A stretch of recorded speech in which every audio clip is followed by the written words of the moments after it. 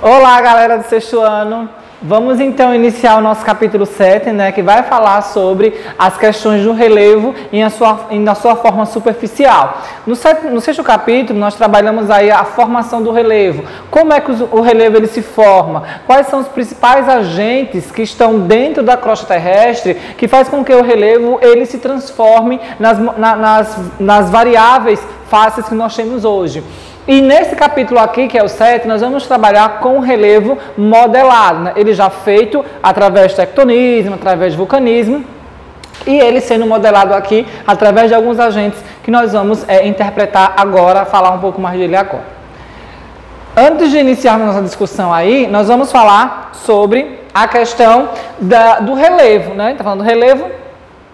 Vamos aí então pegar esse relevo aqui montanhoso e fazer a diferença entre altitude e altura.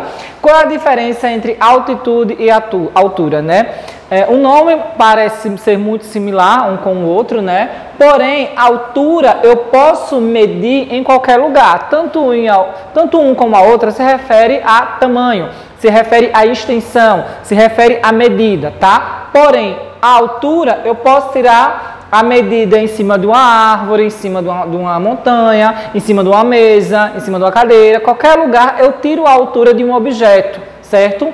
Porém, a altitude, eu só posso fazer a medição da altitude se eu estiver no nível do mar. Ou seja, eu estou lá no nível do mar e faço a medição de uma montanha a tantos mil metros. Eu faço a medição de uma serra, eu faço a medição de um relevo montanhoso ou de um relevo acidentado. A altitude, eu só posso tirar essa medição a partir do chamado nível do mar, no qual está a parte mais plana e a parte mais abaixo aí da nossa superfície, certo? Aí sim nós vamos começar a trabalhar com inicialmente os tipos de rochas, Temos aqui, 3 tipos de rochas iniciais. Lembrando aí que rocha é um agrupamento de cristais, tá? Rocha aí são agrupamentos de cristais diferenciados que se fundem ou se firmam um com os outros. Inicialmente aí nós temos a chamada rocha ígnea. Essa rocha ígnea também pode ser chamada de rocha magmática, ok? Por que ela é chamada de rocha magmática? Porque essa rocha ela tem origem primeiramente através do derramamento da lava vulcânica, certo? Porém, temos dois princípios aí. Temos o derramamento da lava vulcânica na superfície e temos o derramamento da lava vulcânica dentro da própria costa. Quando essa lava ela se resfria fora da crosta terrestre, na superfície, essa rocha é chamada de rocha magmática extrusiva, que é fora, na superfície. Quando esse magma ele fica preso na crosta terrestre e resfria, essa rocha é chamada de rocha magmática intrusiva, porque resfriou dentro da crosta, tá? Então, a rocha magmática aí nós temos magmática intrusiva e magmática extrusiva. Intrusiva, resfriou dentro. Extrusiva, resfriou fora. O segundo tipo de rocha que nós temos aqui é chamada de rocha sedimentar. Essa rocha ela vai ser composta principalmente por pequenos sedimentos ou agrupamento de sedimentos erodidos de um local que foi transportado até em um local mais baixo, tá? É como se fosse essa rocha aí tivesse uma sobreposição de sedimentos. Nós percebemos, através dessa imagem que esse tipo de rocha ela possui camadas, como as falésias que nós observamos lá na região da costa litorânea ou outras regiões semelhantes, tá? Então, rocha sedimentar é uma rocha que nós podemos observar que é feita por camada de sedimentos, ou seja, por sobreposição uma com a outra. A rocha metamórfica é um pouco mais diferenciada, tá? A rocha metamórfica é uma rocha que vai sofrer dentro da crosta terrestre uma grande pressão e uma grande temperatura, transformando-se em outra rocha. Por exemplo, o gneiss. O gneiss era uma rocha, magmática ou gneiss era uma rocha sedimentar, porém ele se alojou na crosta terrestre e esse alojamento dele fez com que ele recebesse bastante pressão e temperatura naquela região interiorana e ele transformou-se em uma rocha chamada gneiss, tá? Então nós temos magmática de origem do magma, sedimentar de origem de sobreposição, tá? E a metamórfica ela vai sofrer um metamorfismo, transformou-se em outra rocha. Aqui nós temos também os horizontes do solo, né? Lembrando aí que os horizontes do solo, nem todos os solos vão possuir essas camadas bonitinhas que tem aqui nesse solo. Por exemplo, o solo do Nordeste. O Nordeste, como é uma região bastante seca, uma região muito árida, não tem grandes camadas vegetais, a região Nordeste não vai possuir essas camadas que nós temos, tá? Só os solos mais desenvolvidos que possuirão esses tipos de camadas, esses tipos de horizonte. Vamos lá falar sobre cada uma delas. Eu tenho um horizonte orgânico. Nesse horizonte orgânico aqui é chamado de horizonte O. O que é que eu vou encontrar? Principalmente matéria orgânica. É o local onde as plantas surgem, é o local onde vai estar a grama, é o local aí no qual vai ocorrer a infiltração. O horizonte A vai ser o horizonte no qual vai estar estocado uma grande quantidade de matéria orgânica, é onde vai ser encontrado sais minerais, é onde será encontrada aí as minhocas, alguns insetos que vivem dentro do solo. O horizonte B já é um solo aí com uma mistura de argila, vai ser uma mistura aí de alguns tipos de minerais, alguns tipos de rochas, certo? Vai ser uma região no qual a infiltração, se ocorrer nesse local aqui, vai ser um pouco mais lenta. E eu vou ter também o horizonte C, né? Que é o horizonte mineral. Esse horizonte aí nós vamos encontrar bastante rochas e essas rochas, elas são muito grandes, né? Que apenas algum tipo de máquina pode perfurar essa rocha aí, ou até mesmo a mão do homem, né, o ser humano, ele pode perfurar, tendo aí a ajuda de certos maquinários, certas técnicas para fazer essa perfuração, tá? Entre o horizonte C e o horizonte R, eu vou encontrar uma brecha no qual vai se localizar os lençóis freáticos. Por quê? A água da chuva, né, a água pluvial, ela vai infiltrar nessas camadas e ela vai chegar até a camada que é o horizonte R, que é a rocha matriz. Essa rocha matriz é uma rocha impermeável, ela não vai infiltrar. Como ela não infiltra, toda a água da chuva que é infiltrada para o solo vai escorrer para esse local e acumular então nesse local aí entre o C e o R, fazendo com que haja e apareça aí os lençóis freáticos e outros tipos de água, né? E lembrando aí também que a gente cava uma cacimba, né, ou cava um poço artesiano, vai encontrar água um pouco mais a fundo devido a essa presença dessa rocha matriz. Em uns locais a gente tem que cavar um pouco mais, em outro um pouco menos, dependendo aí da localização e dependendo também do terreno no qual você está desenvolvendo, certo? Os tipos de solo também são solos bastante diferenciados, dependendo da localização e dependendo do local no qual você esteja, tá? Os solos argiloso é um solo no qual vai apresentar uma areia bem fininha, ele é muito fino esse solo e praticamente vai demorar muito a infiltrar a água nesse local. Se chover nessa região aqui, a água vai acumular. Acumulando a água nessa região, ela vai demorar a sua filtragem, vai demorar a sua infiltração. Por quê? Porque naquela região há quantidades de minúsculos grãos de areia que vai dificultar a passagem da água até o subsolo.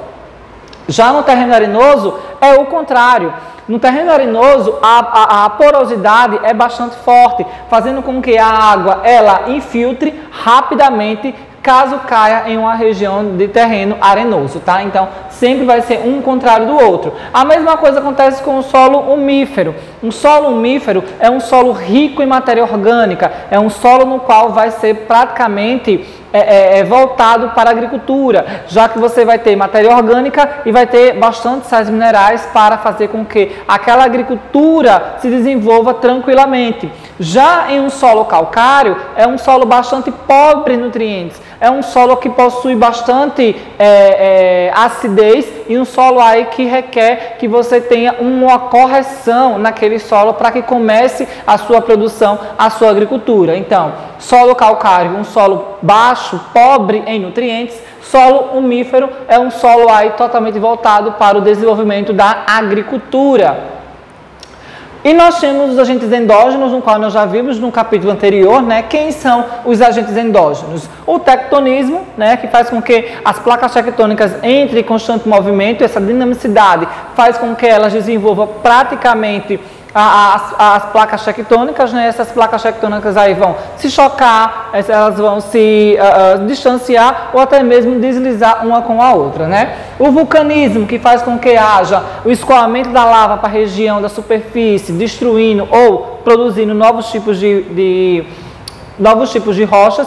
E também nós temos o terremoto, que faz com que haja esse abalo sísmico em determinada região, como é o caso aí dos terremotos que nós vimos já no Japão e em outras áreas. Esses agentes aí, eles fazem com que apareça diversos tipos de relevo na superfície da Terra, né? Ou seja, esse relevo pode ser relevo abaixado, pode ser relevo inclinado, pode ser relevo anticlinal, né? Dobra, entre outros. Já os agentes externos, né? Que são chamados agentes endógenos, são os fenômenos que agem ou os elementos que agem na superfície terrestre, modelando os relevos que foram feitos a partir do tectonismo, vulcanismo e dos terremotos, tá? São processos que ocorrem na superfície de contato entre a crosta e a atmosfera, na região no qual nós vivemos, né? Nós percebemos esse tipo de sistema, esses tipos de agentes externos. Quem são eles? O intemperismo e a erosão. Primeiro vamos falar sobre o intemperismo. O que é o intemperismo? O intemperismo é uma forma de, digamos que, decomposição, de corrosão daquela localidade. É uma forma no qual que tem de fazer com que aquela região seja totalmente voltada para uma retirada de uma certa camada que se ocupa naquela região. Do intemperismo nós temos três tipos. Nós temos o intemperismo físico, o intemperismo químico e o intemperismo orgânico. O primeiro intemperismo que nós vamos falar agora vai ser sobre o intemperismo físico. Intemperismo físico tem muito a ver com congelamento e descongelamento da água. Lembrando que o intemperismo físico, a gente sempre tem que associar ele com a temperatura, certo? Como assim associar com a temperatura? Vamos supor que estamos aqui numa região bastante fria durante a noite. Nessa região fria, a água se acumula dentre as fendas desta rocha, né? Logicamente, como é frio, a água vai se solidificar. Quando chega o período do dia, essa rocha ela ganha uma certa temperatura devido à radiação e a água que se acumula dentro dessa rocha, ela passa a se expandir, já que ela vai se tornar líquida. Se expandindo, ela vai criar espaço. Criando espaço, ela vai se fragmentar. Então, o intemperismo físico, quando se fragmenta, foi porque o gelo ele se expandiu. E o intemperismo físico sempre tem a ver com a temperatura. Ok? O intemperismo químico tem muito a ver com a água, porque a água ela tem esse grande poder de oxidação de uma região, né? Ela pode oxidar uma região, ela pode, digamos assim, vulgarmente falando, enferrujar algum material, algum mineral, como acontece aqui, né? Principalmente com minerais que têm uma tendência a puxar com o ferro, ok? Então, o intemperismo químico sempre está associado com a água. O intemperismo biológico, como o próprio nome diz, tem a ver com a intervenção dos seres vivos, principalmente de árvores, principalmente aí de galhos ou de plantas, que vão se desenvolver em uma rocha ou em uma localidade aí que praticamente não era possível esse desenvolvimento. Como vocês podem ver aqui, né? Existe aí a introdução de um ser biológico, que é a árvore, e a árvore ela rompe, ela quebra toda essa estrutura que há nessa localidade. A erosão, né? E o que é a erosão? Já que o intemperismo é o processo de escavação, o processo de corrosão daquela região, a erosão é o processo que se refere ao desgaste lentamente dessa região. É quando acontece diariamente, simultaneamente, o impacto de algum elemento da natureza sobre uma região, acontece a chamada erosão. Por exemplo, na erosão fluvial, o que vai acontecer?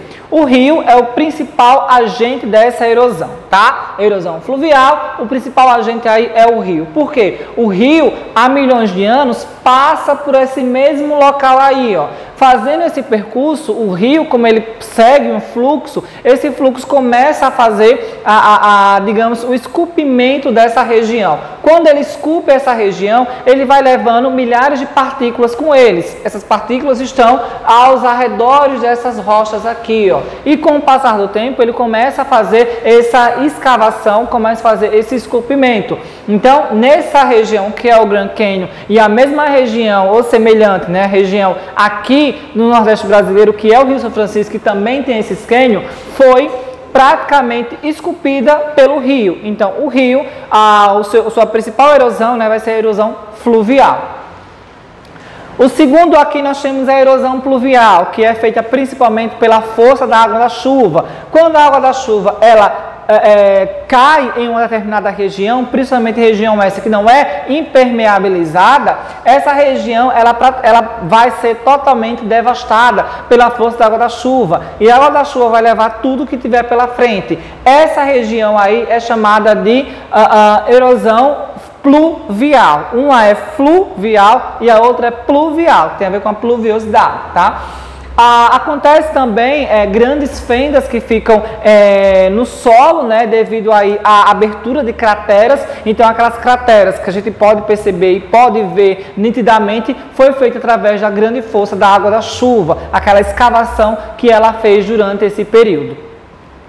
Nós temos também a erosão eólica, que é a erosão feita principalmente pelas correntes de vento, né? A gente pode perceber aqui que é uma área muito aberta e o vento que ocorre nessa região aberta, ele vai ser praticamente nessa região mais baixa, vai ocorrer nessa região mais baixa. O vento, ele passa por essa região mais baixa, milhões de anos, esculpe essa região mais baixa, retirando os sedimentos dessa região e levando para outra região, dando origem aí às dunas, né? Aquela grande região que tem bastante areia, como é o caso das dunas de Marapé, lá no Rio Grande do Norte, e as dunas lá dos Lençóis Maranhenses. Aquelas dunas só existe porque existe uma aberta região, uma área bastante aberta, no qual o vento passa levando esses pequenos sedimentos, que é aquelas areias, aquelas dunas, tá?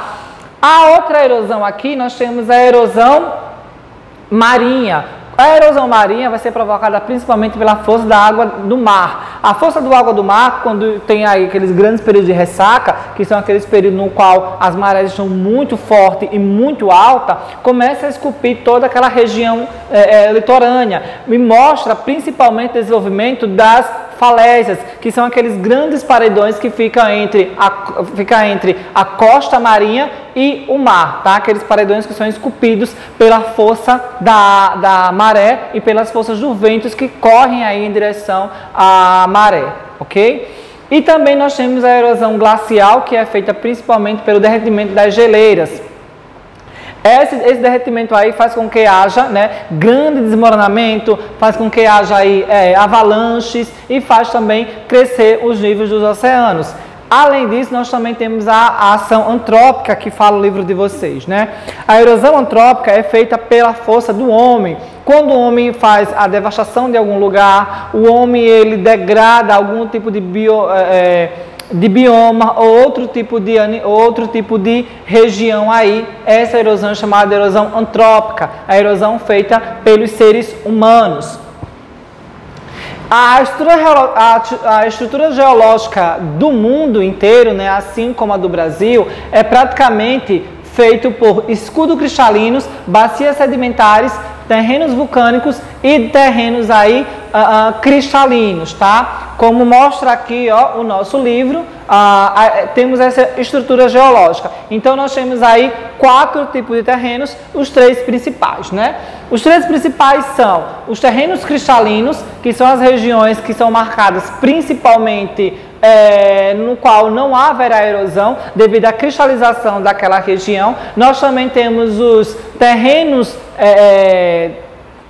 aí mais recentes, que são os terrenos marcados pela elevação das cordilheiras do Himalaia, a Cordilheira dos Andes, então são as montanhas, tá? Temos as bacias sedimentares, que são os locais onde são encontrados bastante quantidade de carvão mineral, petróleo e gás natural, que são os combustíveis fósseis, e também nós temos os terrenos antigos, ou terreno de crátons, que são também chamados, né? Esses terrenos aí, eles estão no processo de erosão, estão no processo de rebaixamento de relevo, tá? Então nós temos os terrenos recentes, né, o relevo recente, que são as montanhas atuais, montanhas dos Andes, montanha do Himalaia, os Alpes, entre outros. Nós temos as bacias sedimentares, regiões onde nós encontramos bastante quantidade de combustíveis fósseis, e nós temos os terrenos antigos, que são os terrenos que o Brasil, ele praticamente tem em sua maioria, que está na chamada diminuição daquele tamanho, daquele volume, já que é um terreno antigo e recebe grande quantidade de erosão. E os tipos de relevo aí nós temos 4. No mundo inteiro nós temos 4 tipos de relevo, né? 3 faz parte do nosso território brasileiro, ok? Primeiro, as áreas aí que são ligeiramente planas são chamadas de planície. Pode apresentar uma ondulação ou outra, mas em sua maioria ela é plana, ela é chamada de planície porque não apresenta nenhum ou baixo nível de altitude. O segundo aí é chamado de planaltos, né? Os planaltos aí são a forma de relevo que apresenta uma variação, tem suas variações aí. Chapadas, onde apresenta as bordas íngremes e aplainadas no topo. Esse tipo aqui, ó, é uma chapada. Por quê? Ela é totalmente íngreme, porém no seu topo ele é plano. Essa é uma chapada, é um planalto, porém tem o nome de chapada. Cuestas, né, que é um lado íngreme, o outro suave, vamos supor que seja aqui um lado íngreme e outro mais suavizado, e serra, que possui uma elevação pontiaguda. Pode ser uma região alta, tá? Porém é uma região pontiaguda, não apresenta aqui esse terreno plano no topo, ele é mais pontiaguda, parecendo uma montanha, só que não é montanha porque no Brasil não existe montanha, tá? Mas o que são montanhas na realidade? Montanhas, na realidade, são grandes elevações naturais feitas, né, principalmente aonde há encontro de choque de placa tectônica, ou seja, aonde há limite de choque de placas tectônicas, há elevação no terreno. E essa elevação no terreno aí faz com que gira essa grande quantidade de montanhas. Apresenta altos picos, vales profundos, né? E aparecem regiões com grandes atividades tectônicas, como foi dito aqui. E depressões, nosso último relevo aqui. Depressões são áreas da superfície que apresentam altitudes menos elevadas que outras formas de relevo na sua região. Ou seja, existe uma região baixa e ao entorno dessa região baixa existe um relevo bastante alto, desenvolvendo então uma depressão. Como acontece aqui, ó, relevo alto no redor e um relevo mais abaixado nesse interior, nesse centro. Aqui é uma depressão. Porém, a depressão ela pode ser relativa e absoluta. A depressão absoluta é a área que está abaixo do nível do mar. Por exemplo, os Países Baixos, como Luxemburgo, o Mar Morto está bem abaixo do nível do mar. E as depressões relativas estão acima do nível do mar, como ocorre nessa região aqui. O relevo submarino ele vai ser classificado em continente, que é essa região aqui, né, onde fica essa região mais esverdeada.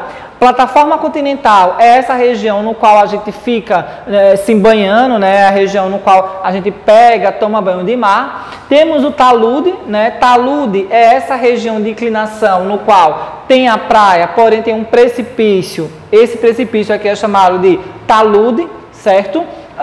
Nós temos as planícies abissais, que são as regiões que estão dentro do oceano mais planas. Nós temos as fossas oceânicas, que são regiões aí onde há encontro de placas tectônicas, né? E nós temos aí rift, que é um local onde há distanciamento de placa tectônica e a elevação de um conjunto montanhoso, tá? Se apresentar algum tipo de montanhas aqui, é porque essa região são montanhas oceânicas. Então, esse é o relevo submarino.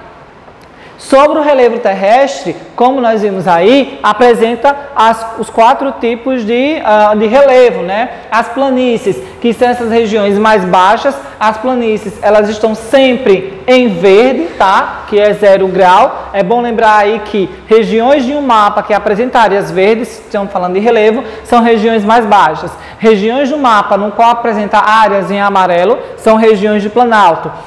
E as regiões que apresentam áreas em marrom ou vermelho muito escuro são as regiões de montanhas, certo? Como é que nós podemos então medir um relevo ou fazer um mapa de relevo? A partir da curva de nível, ó. Eu não posso colocar um relevo, né? Tá lá uma montanha, mas eu quero colocar essa montanha e saber o tamanho dessa montanha. Como é que eu vou fazer? Eu vou fazer por camada. Vou pegar esse relevo e vou colocar ele num papel por camada. Esse tipo de mapa aqui é chamado de mapa de curva de nível ou mapa de nível, certo? A mesma coisa acontece com o relevo brasileiro. Então, nós ficamos por aqui, né, com essa aula, espero que seja bem proveitosa, tá? Na próxima aula vai abordar mais temas aí desenvolvido pelas questões físicas da Terra e, por enquanto, só isso, qualquer coisa, estamos online aí para tirar suas dúvidas e até mais, tchau!